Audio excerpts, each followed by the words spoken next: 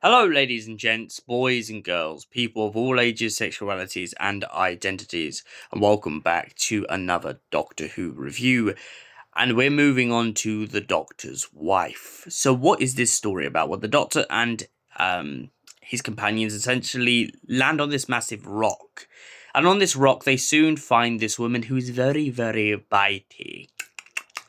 And she begins to bite the Doctor and begins to kiss the Doctor and all sorts of manners of things, which just confuses the Doctor to hell.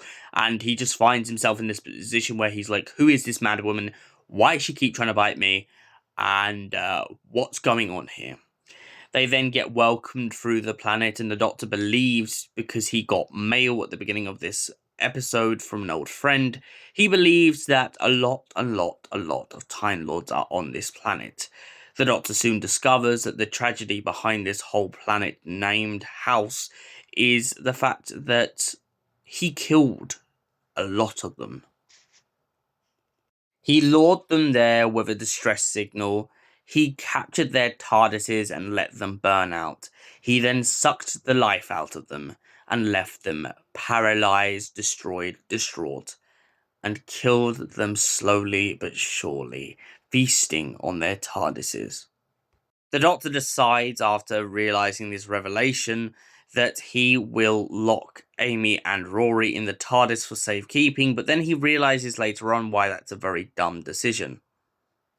Whilst they're inside of the TARDIS, House decides to send Nephew after them. Amy and Rory suggest that they run around in the TARDIS to essentially make it a fair game. House agrees to this temporarily, at least until he manages to kill them.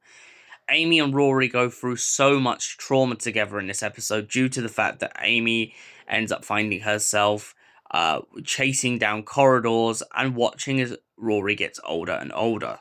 On top of this, then they have a situation in which Amy just can't see at all, and she ends up touching Nephew's tentacles. Luckily for her, Rory turns up and chases her down. Meanwhile, back on House's world that he has now left to inhabit the TARDIS, we find him in a situation in which the Doctor and the bitey lady, known as Idris, essentially come across a graveyard of TARDISes, to which the Doctor decides to build a scrap TARDIS out of bits and pieces of parts. We get a brilliant mock-up version of a TARDIS based off of the kind of old console rooms with the roundels and the kind of central console unit. And the Doctor becomes hopeless when he can't seem to get the dematerialization circuit to work. However, then he remembers the fact that his TARDIS is inside of Idris. This gives her the ability to turn the TARDIS on, and then they manage to climb inside of his own TARDIS by materializing into David Tennant's console room. Once inside of there, the console room resets itself after the Doctor threatens House by telling him that if he removes the control room, it's just going to become a lot more chaos for House. House, of course, doesn't believe him, tries to eject them all from the console room, but then they all get transported to the main console room, which is Matt's console room. Once Matt does this, he essentially finds himself in a situation where he has nothing left to lose. Our Doctor finds himself at the edge of his line and decides that he will use Idris one last time against House. After all, House was very stupid to rip her away from the control room and then allow her back in. The TARDIS is alive and she will live on, and it doesn't matter what anyone does. And as the TARDIS begins to glow, we find Idris absolutely killing House down to the bone. Once House has been ejected from the TARDIS and they manage to go back into the main universe, the Doctor cries as he watches one last time as Idris fades. So, the Doctor's wife. What did I think of this story? I absolutely love this story, minus who the writer is, because we're not going to get into that.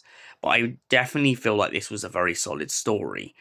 I mean, the idea of a entity taking over the TARDIS, corrupting it, and corrupting a bunch of people is brilliant.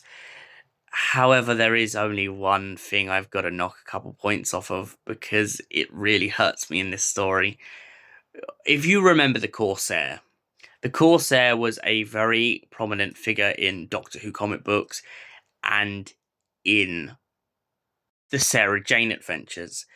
Now, this story implies that the Corsair was killed off. I will not accept this. No. Sorry. I will accept that they managed to steal the Corsair's arm, because the Corsair had that in every regeneration. However, I will not be accepting the fact that the Corsair is dead, because to me, I feel like that is a waste of a perfectly good character. I mean, we literally find the arm of the Corsair on one of the uncle and auntie, but I'm sorry, they couldn't chase a fly unless nephew was chasing the Corsair from the scrapyard. I really only believe that they were maybe lucky enough to cut off his arm. And for that reason, I give this at least still a solid 8 out of 10. Thank you for watching, and we'll see you in the next Doctor Who review. Until then, goodbye, stay beautiful, you beautiful people.